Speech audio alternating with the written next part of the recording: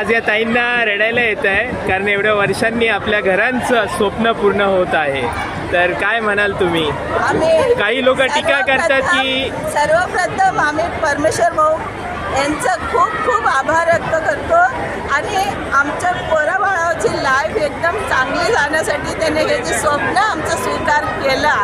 आम्ही खाली स्वप्न बघत होतो पण आमच्या स्वप्नाला पूर्व दिशा आमच्या परमेश्वर भाऊने दिली, एकनाथ शिंदे साहेबांनी दिली. ह्या गोष्टीचा आम्हाला खूप खूप अभिमान आहे आणि महायुतीचा आम्ही आभार व्यक्त करतो की आमचे सर्वजण आले.